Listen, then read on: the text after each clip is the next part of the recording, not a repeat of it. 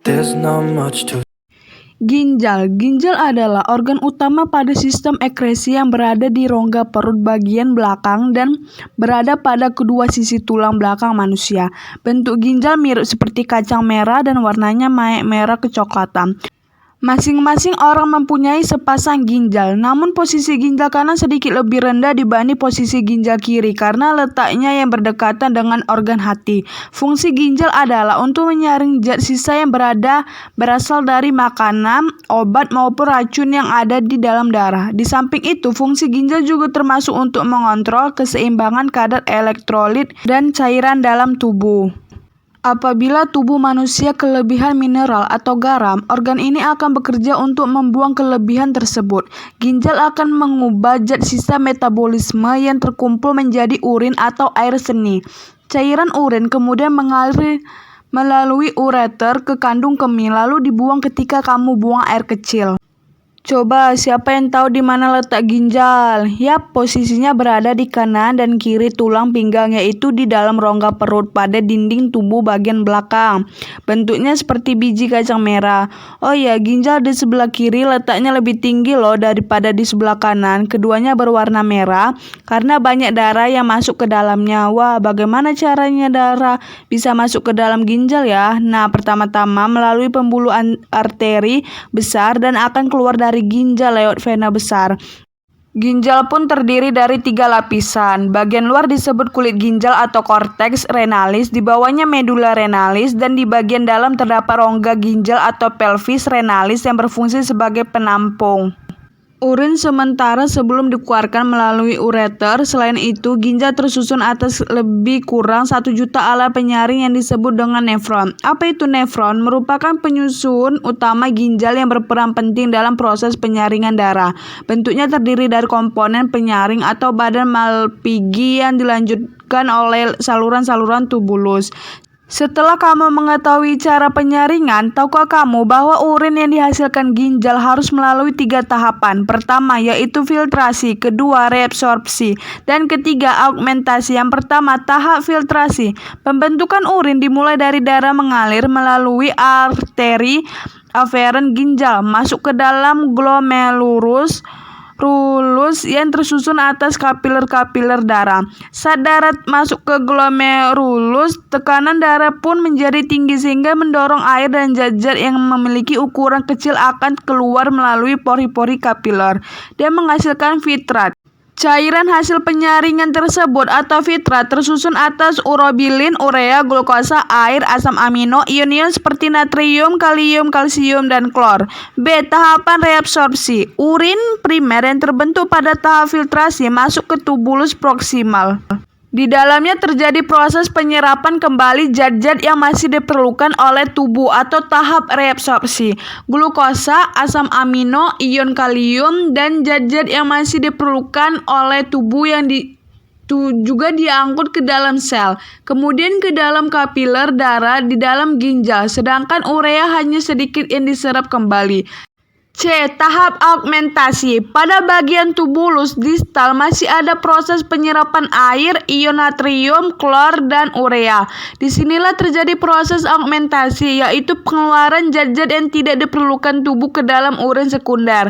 Ketika telah bercampur, inilah yang merupakan urin sesungguhnya, kemudian disalurkan ke pelvis renalis atau rongga ginjal. Urin yang terbentuk selanjutnya keluar dari ginjal melalui ureter menuju kandung kemih yang merupakan tempat menyimpan urin sementara. Nah, squad, sekarang kamu sudah tahu kan kalau urin adalah salah satu bentuk ekskresi manusia yang dihasilkan oleh ginjal. Jenis-jenis penyakit ginjal. Sebelum mengenal beragam faktor penyebab penyakit ginjal, ada beberapa jenis penyakit ginjal yang umum terjadi, yaitu penyakit ginjal kronis atau gagal ginjal kronis. Kerusakan ginjal pada kondisi ini menyebabkan penurunan fungsi ginjal secara bertahap selama lebih dari 3 bulan. Gagal ginjal kronis sering disebabkan oleh diabetes tipe 1 dan 2, hipertensi, penyakit autoimun, atau penyakit infeksi pada ginjal. Gagal ginjal akut. Pada penyakit ginjal ini terjadi penurunan fungsi ginjal secara tiba-tiba. Gagal ginjal akut sering disebabkan oleh kekurangan cairan dan darah, cedera pada ginjal, atau sumbatan yang menyebabkan kembalinya cairan ke ginjal.